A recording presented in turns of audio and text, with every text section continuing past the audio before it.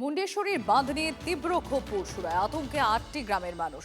5 বছরে 3বার ভেঙেছে একই বাঁধ। তৃণমূল জামানায় কোটি কোটি টাকা খরচ করে তৈরি হওয়া বালির বাঁধ নিয়ে প্রশ্ন স্থানীয়দের। তৃণমূল নেতাদের মদতপুষ্ট ঠিকাদার সংস্থার বিরুদ্ধে গাফিলতির অভিযোগ তুলেছেন এলাকার লোকজন। বাঁধ তৈরির টাকা তৃণমূল নেতাদের পকেটে ঢুকেছে বলে অভিযোগ বিজেপি।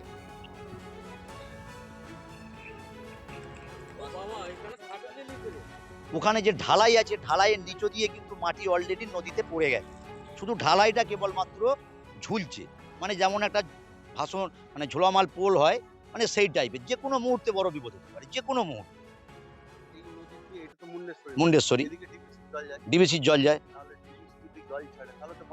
অবশ্যই বাঁধ ভেঙে গেল। সেখানে আর কি করার আছে? এখন তৃণমূল সরকার যেভাবে দুর্নীতি করে গেছে, এই নদীটা হচ্ছে মন্ডেশ্বরী। বাঁধের এই অবস্থা, এইটা নিয়ে 3টে ফেজে কাজ হয়েছে। যখনই এসেছে যারা কাজ করে, আমার একটু চেনাশোনা লোক আছে, তারা বলছে আমাদের সঙ্গে 3 লাখ টাকা চাইছে। আমি যে হ্যাঁ ভাই, এরকম বস্তা বেশি বলছে 3 লাখ টাকা চাইছে। 15 দিন কাজ, এর আগে ফেজেতে 15 দিন বন্ধ রেখেছে। বলছে 1 লাখ দেবো বলছি, তাতে ওদের রাজি নয়।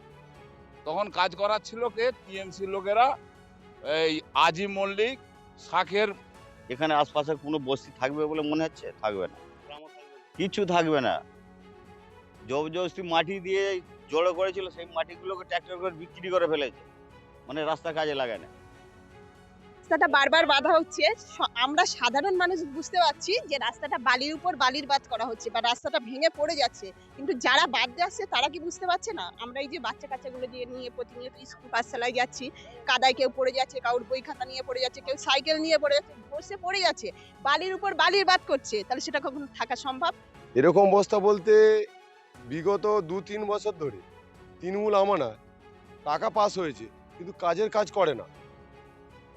পঞ্চায়েত সমিতি সভাপতি, পঞ্চায়েত সমিতির যারা কর্মদক্ষ বা আমাদের অঞ্চলের প্রধান উপপ্রধান, যত সকল নেতা ছিল, টাকা পাস হয়েছে, গাড়ি করে এসেছে, মাটি পড়েছে, মাটি পড়ছে, হাওড়ায় পড়ছে, লন্ডনে পড়ছে, রাশিয়া পড়ছে, নাম হচ্ছে কাদিপুরে। ওই বাঁধ নির্মাণের জন্য 1.5 কোটি টাকা বরাদ্দ হয়েছিল ইরিগেশন, সব টাকা আত্মসাৎ করে দিয়েছে। কয়েকটা ওই কালো বস্তার ছাড়া আত্মসাৎ করে ওখানটা শেষ করে ফেলেছে। এবার আমাদের গভর্নমেন্টে আড়াই মাস বয়স গভর্নমেন্টের। আমরা ইরিগেশন ডিপার্টমেন্টে বলেছি, এখন ভোট অন অ্যাকাউন্ট চলছে জুলাই পর্যন্ত, আগস্ট থেকে আমাদের শুরু হবে। কারণ অলরেডি মানে জল বাড়তে শুরু করেছে, তো আমাদের হাতে অপশান কম। তবুও চেষ্টা করছি যাতে বন্যার সময়টা ওখানটাকে ঠিকঠাকভাবে রাখা যায়। ভাঙার সম্ভাবনা আছে, তবে আমরা আপনার চেষ্টা করছি। এদের পাপের ফলগুলো তো ভোগ করতে হচ্ছে সবাইকে।